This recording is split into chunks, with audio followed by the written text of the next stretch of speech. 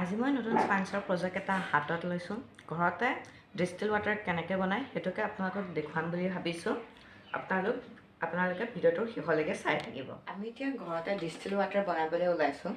Distilled water বনাবলৈ কাৰণে প্ৰথমতে এটা পাত্ৰ লাগিব আৰু এটা পাত্ৰ লাগিব যিটো ইয়াৰ ভিতৰত সোমায় আৰু অকণমান পানী লাগিব।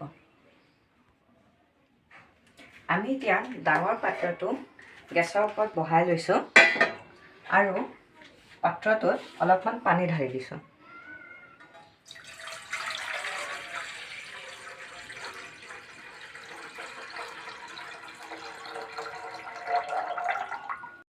আমি এতিয়া পানীখিনি গৰম কৰিবৰ বাবে গেছটো জ্বলাই লৈছোঁ। এতিয়া আমি সৰু পাত্ৰটো ডাঙৰ পাত্ৰটোৰ ভিতৰত সোমোৱাই দিলোঁ আৰু পাত্ৰটো আমি এই প্লেটখনেৰে ঢাকি দিছোঁ। এতিয়া পানীখিনি উতলিবৰ কাৰণে অলপ সময় আমি ৰৈ থাকোঁ। প্ৰায় 5 মিনিট সময়ৰ পাছত আমাৰ পানীখিনি এতিয়া উতলিছে। আহকচোন চাওঁ।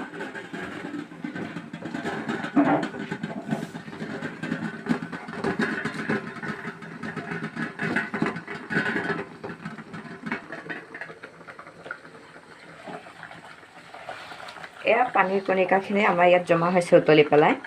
এই পানীখিনি আমাৰ এই সৰু পাত্ৰটোত পৰিব।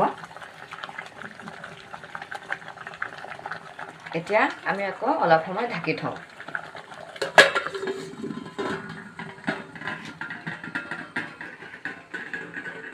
আমি এতিয়া এই প্লেটৰ ওপৰত বৰফৰ টুকুৰা কেইটামান দি দিছোঁ যাতে আমাৰ পানীৰ কণিকাখিনি সোনকালে ঠাণ্ডা হৈ তলৰ পাত্ৰটোত জমা হয়।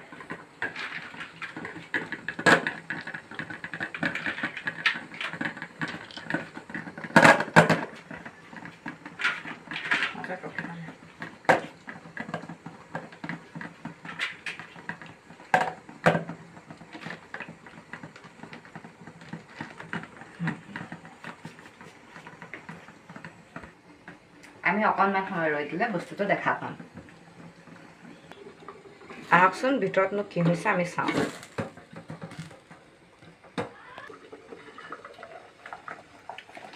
এয়া চাওক, পানীখিনি সঁচাকৈ আমাৰ সৰু পাত্ৰটোত জমা হৈছে।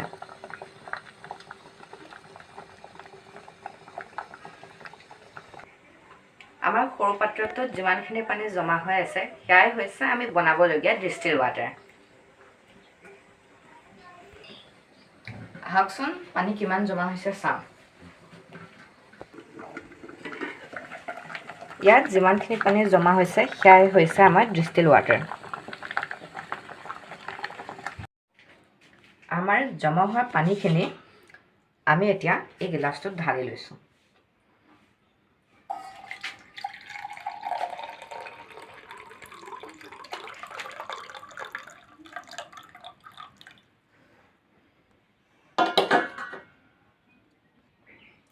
এইখিনিয়ে হৈছে আমাৰ ডিষ্টিল ৱাটাৰ।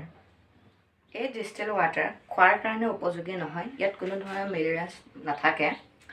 এই ডিষ্টিল ৱাটাৰ ইনভাৰ্টাৰৰ বেটাৰীত ঢালিবলৈ আৰু কিছুমান কছমেটিক্স বনাবলৈ ব্যৱহাৰ কৰা হয়। ইয়াৰ উপৰিও আন বহু ধৰণৰ কামতো এই ডিষ্টিল ৱাটাৰ ব্যৱহাৰ কৰিব পাৰি।